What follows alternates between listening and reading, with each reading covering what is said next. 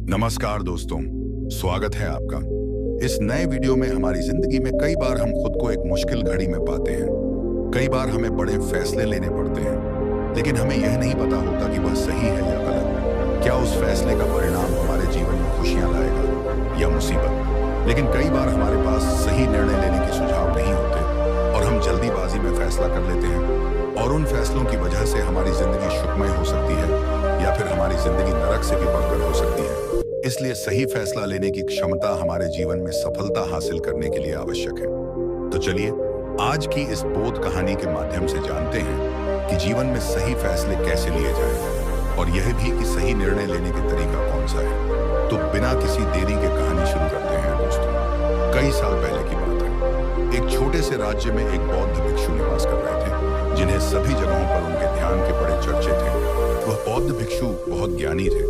उनके पास लोग बहुत दूर दूर से आते थे ताकि वे उनसे अपनी समस्याओं का समाधान प्राप्त कर सकें। उनके पास कोई भी कैसी भी समस्या लेकर क्यों ना आए, वह समस्या का समाधान अवश्य करते थे। जब भी वह किसी की समस्या सुनते तो उस समस्या को बड़े ही ध्यान से सुनते, समझते, उसमें लीन हो जाते, और उसके बाद कुछ देर के लिए वह आंखें बंद करते और समस्या के बारे में से सोच विचार करते, और उसके बाद उसका समाधान बताते थे।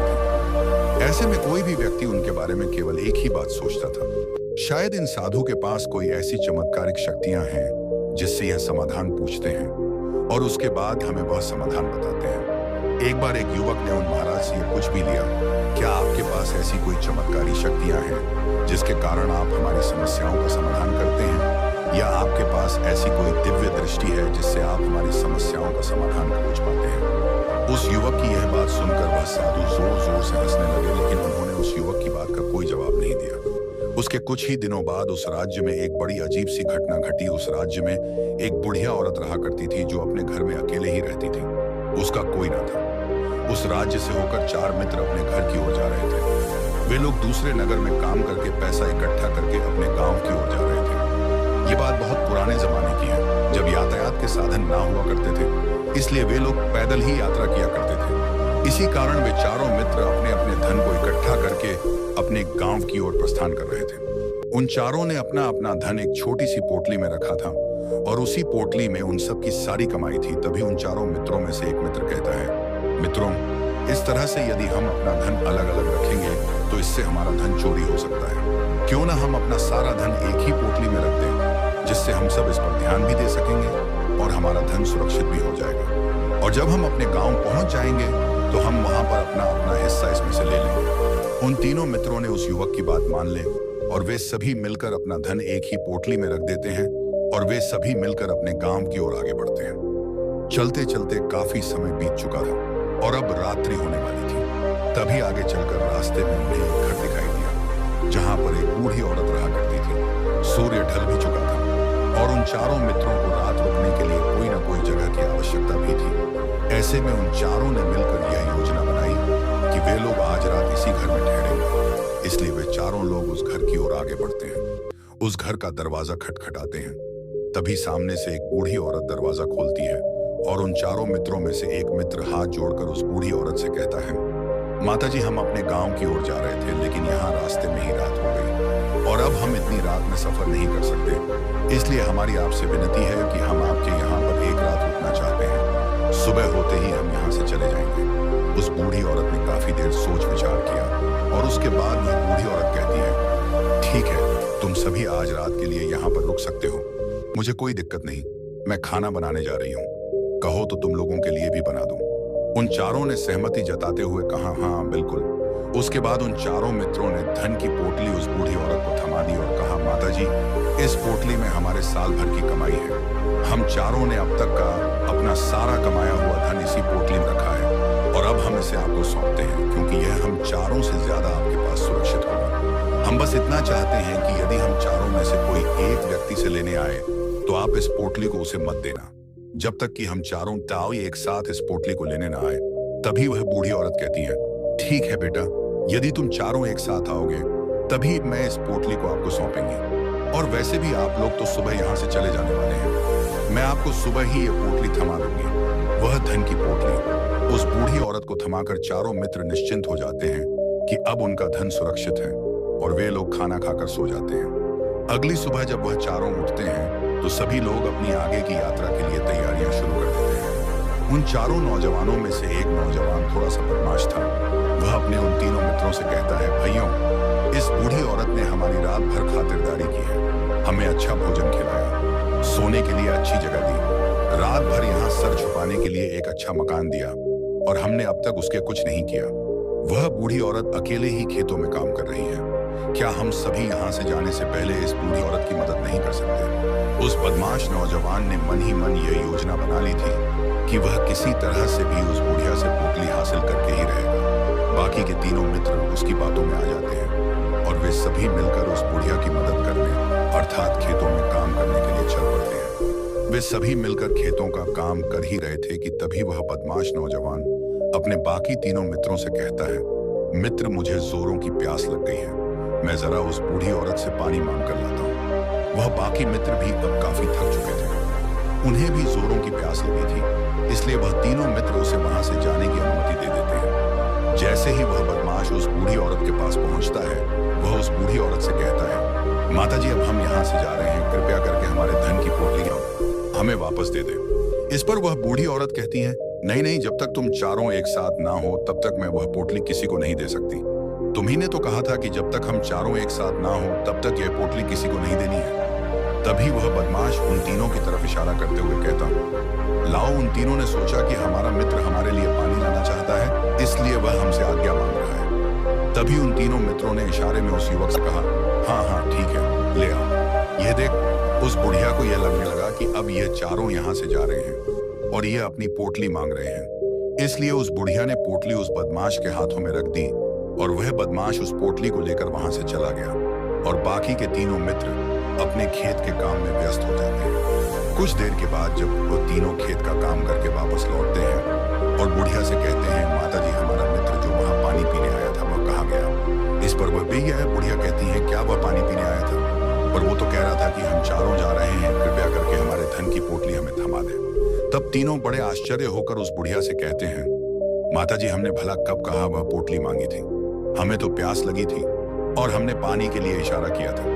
तभी बूढ़ी औरत उन तीनों से कहती है, परंतु अब तो वह पोटली लेकर जा चुका है। तभी वह तीनों मित्र सर पकड़कर रोने लगते हैं और कहते हैं, माताजी, उसमें हमारा सारा कमाया हुआ धन था जो वह अकेले लेकर भाग चुका है। हमने तो आपको कहा था कि जब तक हम चारों एक साथ न आए तब तक आपको वह पोटली किसी को नहीं देनी है। फिर आपने ऐसा क्यों किया? इसमें आप ही की गलती है। हमने आपको उस पोटली की हिफाजत के लिए रखा था और आपने उसे एक ऐसे आदमी के हाथों में दे दिया जिसने हमारा सारा धन हमसे लूट लिया। हम बर्दाश्त नहीं करेंगे। हम राजा के पास जाएंगे और राजा से आपकी शिकायत करेंगे, न्याय की मांग करेंगे। अब तो इस बात का राजा ही फैसला करेंगे। तीनों नौजवान क्रोधित होकर राज दरबार में पहुंच जाते हैं और अपनी सारी समस्या उन राजा को बता देते हैं। जब वह राजा उन तीनों नौजवानों की बात ध्यानपूर्वक सुनता है तो वह तुरंत ही उस बुढ़िया को राज दरबार में पेश होने का आदेश देता है। राजा के आदेश पर राजा के सैनिक तुरंत ही उस बूढ़ी औरत को राज दरबार में पेश करते हैं और राजा भरी दरबार उस बूढ़ी औरत को दोषी करार कर देता है और कहता है, तुम्हें वह पोटली उस अकेले व्यक्ति को नहीं देनी चाहिए थी। जब उन्होंने तुमसे कहा था कि जब तक वह चारों एक साथ उस पोटली को लेने ना आए तब तक तुम्हें वह धन किसी को नहीं देना चाहिए था। इसमें तुम्हारी गलती है और अब तुम्हें इसका हर्जाना भरना होगा। तुम्हें इनका धन लौटाना होगा। राजा का यह आदेश सुनकर बूढ़ी औरत फूट फूट कर रोने लगती है और राजा से मदद की गुहार लगाती है और कहती है, हे राजन, मैं तो एक बूढ़ी औरत हूँ और मेरे पास इतना धन नहीं है और ना ही मेरे घर में कोई ऐसा है जो धन कमाऊंगा। मेरे पास इतना धन नहीं कि मैं इनका धन लौटा सकूं। मैं तो अकेली हूँ, बेसहारा हूँ। कृपा करके मुझ पर रहम करें। लेकिन राजा उस बूढ़ी औरत की एक नहीं सुनता। वह बूढ़ी औरत रोते हुए अपने घर की ओर जा रही थी। यह सोच रही थी कि आखिर मैं इतना धन कहाँ से लाऊं कि कैसे मैं उन लोगों का यह धन उन्हें लौट आऊंगी। मेरे पास इतना धन नहीं है। मैं क्या करूं, कैसे करूं, कहां से लाऊं इतना धन? यदि मैंने उनका धन नहीं लौटाया तो मुझे राजा मार डालेगा। वैसे भी मेरी ही गलती है। जब उन चारों ने मिलकर मुझसे कहा था कि जब तक हम चारों एक साथ ना आए तब तक वह पोटली किसी को नहीं थमानी है, फिर भी मैंने वह पोटली केवल उस एक व्यक्ति को थमा दी। इसमें गलती तो मेरी ही है। वह रोते रोते ये सारी बातें सोचते हुए अपने घर की ओर जा रही थी। तभी रास्ते में उस बूढ़ी औरत को वही संत मिले जो उस नगर में किसी भी समस्या का समाधान बड़ी ही सरलता और सहजता से करते हैं। और उन्होंने उस बूढ़ी औरत से कहा, क्या बात है बेटी, क्यों रो रही हो? इस पर वह बूढ़ी औरत उस संत को सब कुछ सच सच बता देती है और कहती है, हे महाराज, इसमें गलती तो मेरी ही है। उन चारों ने तो पहले ही कहा था कि जब तक विचारों एक साथ ना आए तब तक वह पोटली मुझे किसी को नहीं देनी है। लेकिन मेरी हिम्मत मारी गई थी जो मैंने वह पोटली केवल एक व्यक्ति को थमा दी और वह उनका सारा धन लेकर वहां से भाग गया। लेकिन अब मुझे यह समझ नहीं आ रहा कि मैं वह सारा धन कहां से लाऊं, कैसे जुटाऊं। मेरे पास इतना धन नहीं है और राजा ने तो आदेश भी दे दिया है कि मुझे उनका धन लौटाना ही पड़ेगा। लेकिन मैं यह समझ नहीं पा रही, इतना सारा धन मैं कहां से लाऊंगी। तभी वह संत उस बूढ़ी औरत से कहते हैं, शांत हो जाओ, मैं कोई ना कोई रास्ता जरूर निकाल लूंगा। इतना कहकर वह संत वहीं पर बैठ जाते हैं, ध्यान करने लगते हैं। कुछ देर के लिए आपके बंद कर सोचते हैं, विचार करते हैं। मौन रहकर वह समस्या का समाधान निकालते हैं और उसके बाद वह उस बूढ़ी औरत से कहते हैं, बेटी, राजा ने फैसला किया है, वह बिल्कुल गलत है। आपने जो किया इसमें आपकी कोई गलती नहीं है, राजा का फैसला गलत है। उन संत के इतना कहने पर बूढ़ी औरत चुप हो गई और यह सोचने लगी कि आखिर राजा का फैसला कैसे गलत हो सकता है। राजा तो सभी के लिए न्याय ही करते हैं और वह कभी किसी का बुरा नहीं करते। फिर आखिर आज राजा का फैसला कैसे गलत हो गया? उन संत और उस बुढ़िया की बात आसपास के खड़े लोग सभी लोग सुन रहे थे और वे लोग भी बड़े आश्चर्यचकित में थे, क्योंकि राजा का फैसला कैसे गलत हो सकता है? राजा ने तो बिल्कुल सही फैसला लिया है, इस बूढ़ी औरत ने ही गलती की है। उन चारों का धन केवल एक ही को थमा दिया। ऐसे में इस बुढ़िया को उनका धन तो लौटाना ही चाहिए। राजा ने गलत फैसला कहा किया है। तभी वह संत उस बूढ़ी औरत से कहते हैं, जाओ और राज दरबार में कह दो कि हे राजन, आपका फैसला गलत है और सही क्या है, गलत क्या है, इसका फैसला मैं करूंगा। पहले तो बूढ़ी औरत इतनी हिम्मत ही नहीं जुटा पा रही थी कि वह राज दरबार में जाकर खड़े राज दरबार में राजा को यह कह सके कि राजन, आपका फैसला गलत है। लेकिन जैसे तैसे उसने हिम्मत जुटाई और वह वापस राज दरबार लौटी। उसने डरते हुए भरे राज दरबार राजा से बड़ी धर्राती आवाज में कहा कि राजन, आपने जो फैसला किया है वह फैसला गलत है। इतना कहकर उसने राजा को सारी बात सच सच बता दी। उस बूढ़ी औरत की बात सुनकर राजा बहुत क्रोधित हुआ। राजा ने उस बूढ़ी औरत से कहा, कौन है वह संत जिसने मेरे फैसले को गलत बताया है? क्या उन्हें नहीं लगता कि मैंने सही निर्णय लिया है? मैं हर रोज कई निर्णय लेता हूँ, कई फैसले करता हूँ, लेकिन आज तक कभी किसी ने मुझसे यह नहीं कहा कि मेरा फैसला गलत है। यदि उन संत ने मुझे सही फैसला न सुनाया, उन्हें फांसी की सजा दे दूंगा। यह बात पूरे नगर में फैल गई। सब लोग यह जानने के लिए हैरान थे कि आखिर वह साधु ऐसा कौन सा फैसला सुनाने वाले हैं जो राजा से भी उचित होगा, जिसमें सबके लिए न्याय होगा। राजा ने अपने सैनिकों को तुरंत ही आदेश दिया कि जाओ और संत को राज दरबार में लाओ। राजा की आज्ञा के अनुसार वे सैनिक तुरंत ही उन संत को लेने के लिए निकल पड़े। वे लोग कुछ ही देर बाद उन संत को लेकर राज दरबार पहुंचे। राज दरबार में सभी लोग उपस्थित थे और सभी लोग उन संत के फैसले का इंतजार कर रहे थे। उन संत को देखकर राजा कहता है, महाराज, आपको ऐसा क्यों लगता है कि हमने जो फैसला किया है वह गलत है? इस बुढ़िया ने यह वादा किया था कि वह चारों लोगों को एक साथ ही वह पोटली जमाएगा। फिर आखिर उसने अपना वादा क्यों तोड़ा?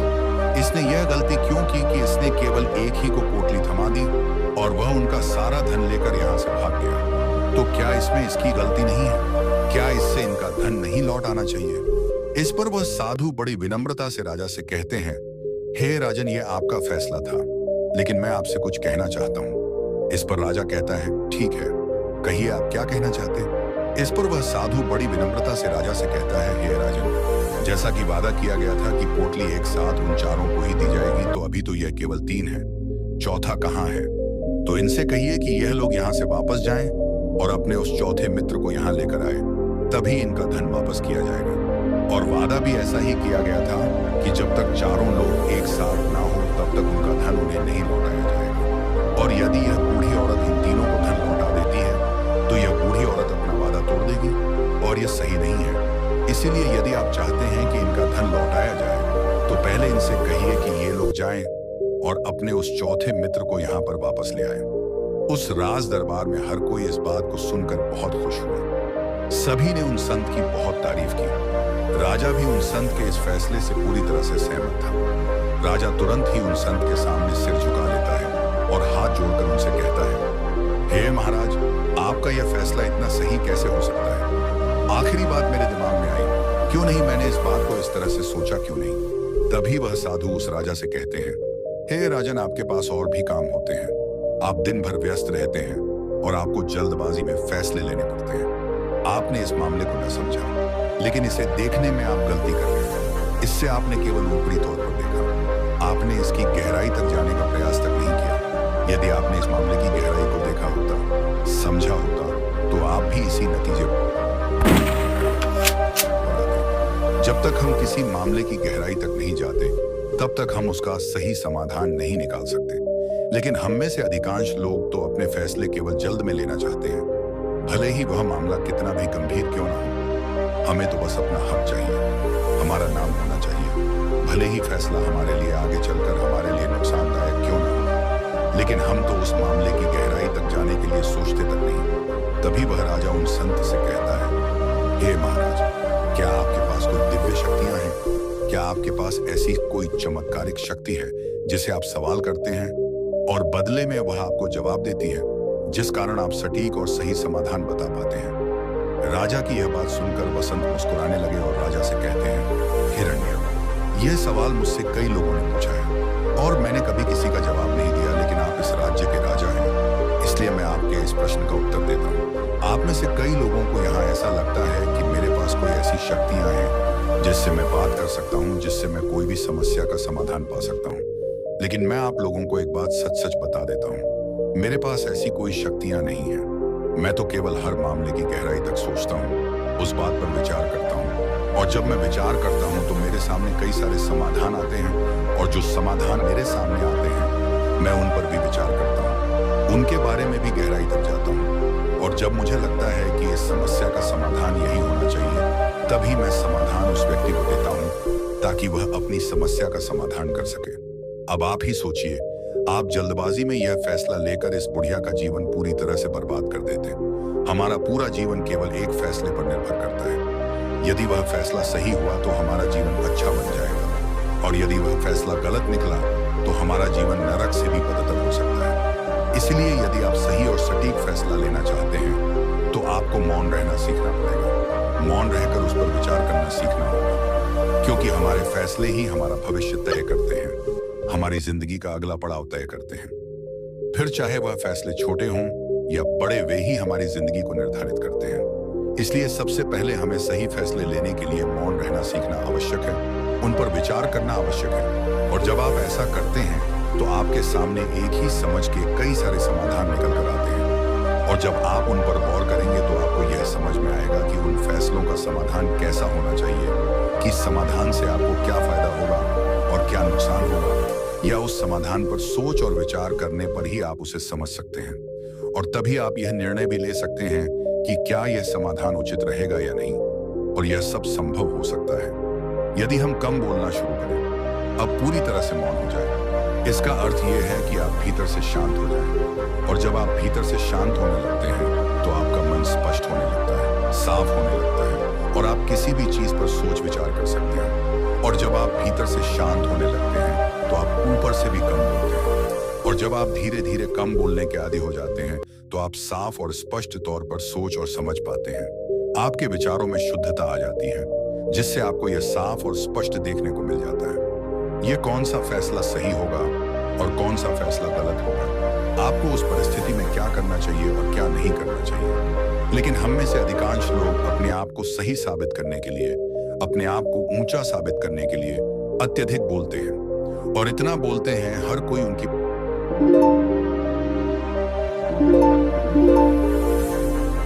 बातों को गंभीरता से नहीं लेता। उन्हें ऐसा लगता है कि मानो ज्यादा बोलना ही हमारे लिए हमारा शस्त्र है, लेकिन वह यह भूल जाते हैं कि वह अत्यधिक बोलकर मूर्ख बन रहे हैं। लोग हमारा मजाक बनाते हैं, हमें मूर्ख समझते हैं, हमसे दूर रहने लगते हैं, क्योंकि उन्हें हमारी बकबक अच्छी नहीं लगती। लेकिन जब आप भीतर से शांत होने का प्रयास करते हैं और धीरे धीरे भीतर से शांत होने लगते हैं तो आप खुद ब खुद ऊपरी तौर पर कम बोलना शुरू कर देते हैं। इससे आपके मन में, आपके मस्तिष्क में एक साफ और स्पष्ट विचार कर रहे होते हैं, और आप अपने आप को साफ स्पष्ट तौर पर समझ पाते हैं, देख पाते हैं आपको कब, क्या, क्यों और कितना बोलना चाहिए। और आपको कब, कैसे, क्यों, किस तरह से कौन सा फैसला लेना सही है या नहीं, ये भी आप अच्छी तरह से समझ और जान पाते हैं। जब आप कम बोलना चार करना शुरू कर देते हैं, तब आपको ये बात भी बहुत अच्छी तरह से समझ में आने लगती है कि जो हम बेकार की बक बक करते हैं, उस पर हमारे शरीर की बेवजह ही कितनी सारी ऊर्जा यूं ही व्यर्थ हो जाती है, नष्ट हो जाती है, जिसे हम चाहे तो किसी जरूरी काम में लगा सकते हैं, फैसले लेने में लगा सकते हैं, जिससे हम तनाव मुक्त रह सकते हैं और हमें अच्छी नींद भी आ सकती है। और यदि आप इसी प्रकार सोच विचार कर फैसले लेना शुरू करते हैं, तो आपका मस्तिष्क भी अच्छी तरह से काम करने लगता है और आपका मस्तिष्क पहले से भी ज्यादा शक्तिशाली हो जाता है। और इसका एक बहुत अच्छा उदाहरण भी आपको मैं बताना चाहूंगा। जब स्कूल में पढ़ते थे या फिर आज भी आप पढ़ रहे हो, तो आपने देखा होगा कि जो बच्चे होनहार होते हैं, होशियार होते हैं, वे लोग बहुत कम बातें करते हैं और अपना समय सही चीजों में लगाते हैं, अपना समय मौन होकर ही बिताते हैं। इसी वजह से वह पढ़ाई करने में बहुत तेज होते हैं। वह जो कुछ भी पढ़ना चाहते हैं, वह उसे याद कर ले जाते हैं। लेकिन वहीं पर दूसरी तरफ जो लोग बहुत अधिक बोलते हैं, यदि आप उन्हें पूरे 24 घंटे भी दे दें, तो भी वह उस तरह से उन चीजों को याद नहीं रख सकते जिस तरह से वह मौन रखने वाले बच्चे उन बातों को याद कर लेते हैं। और महान चाणक्य ने भी यही कहा है कि जो व्यक्ति यह समझ जाता है कि उसे कब, कहां और कितना बोलना चाहिए, उस व्यक्ति को सफल होने से कोई नहीं रोक सकता। और आप इतिहास उठाकर देख सकते हैं, आज तक जो भी लोग महान हैं, जो लोग भी शख्स सक्सेसफुल बने हैं, उन लोगों की आदत बहुत कम बोलने की है। उनका पूरा ध्यान केवल अपने लक्ष्य पर होता है और अपना पूरा समय वह अपने लक्ष्य को पाने में ही लगा देते हैं। इसीलिए आपको भी यह आदत अपने जीवन में उतारनी चाहिए। और कम बोलने का अर्थ यह नहीं कि आप ऊपर से कम बोलें, बल्कि आप भीतर से कम बोलें, भीतर से शांत रहिए। यदि आप रोज इसका अभ्यास करते हैं, तो केवल कुछ दिनों में ही इससे होने वाले लाभ आपको आपके सामने नजर आने लगेंगे। दोस्तों, आपने आज के इस स्टोरी से क्या सीखा, वह मुझे आप कमेंट में बता सकते हैं। इसी के साथ हमें उम्मीद है कि आपको आज की स्टोरी पसंद आई होगी। तो इस स्टोरी को उस इंसान को शेयर करें जिससे यह कहानी सुनने की जरूरत है, और उसी के ठीक बाद हमारी विशाल मोटिवेशन चैनल को सब्सक्राइब करें और चैनल में जाके वीडियो भी देख सकते हैं। तो चलिए फिर मिलते हैं